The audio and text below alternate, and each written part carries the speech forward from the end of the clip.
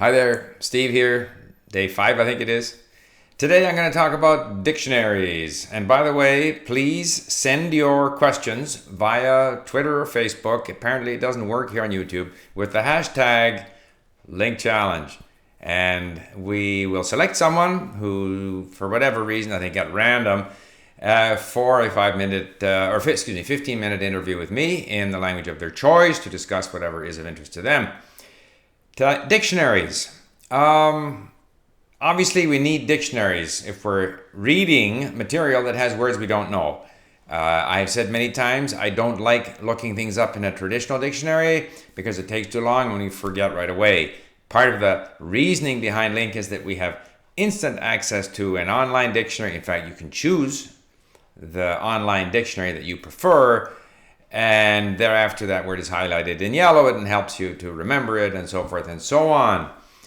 Problem with Korean is that dictionaries don't work so well. The worst is Google Translate. Google Translate is pretty good for Slavic languages. In Polish it's remarkably good, and not only for individual words but also for phrases, so that in Polish I'll look up some individual words. I don't get the sense of the phrase. I put the phrase to Google Translate and I understand the meaning. Excellent.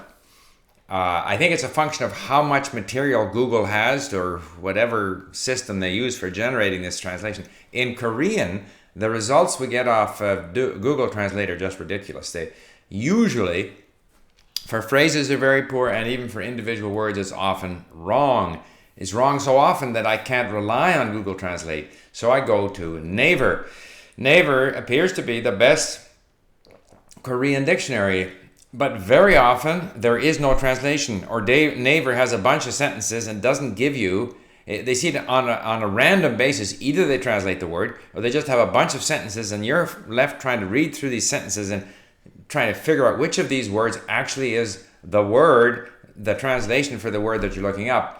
I do use Naver to select the Chinese character, which I put into my hint, so anyone following after me will see the Chinese character for the word. So, I use Naver because there is nothing else, but very often there is no translation. I have never, I'm struggling through these difficult texts. For example, these podcasts that I've had transcribed, which I have a lot of, and which we've put in the linked library, so we have wonderful audio and text.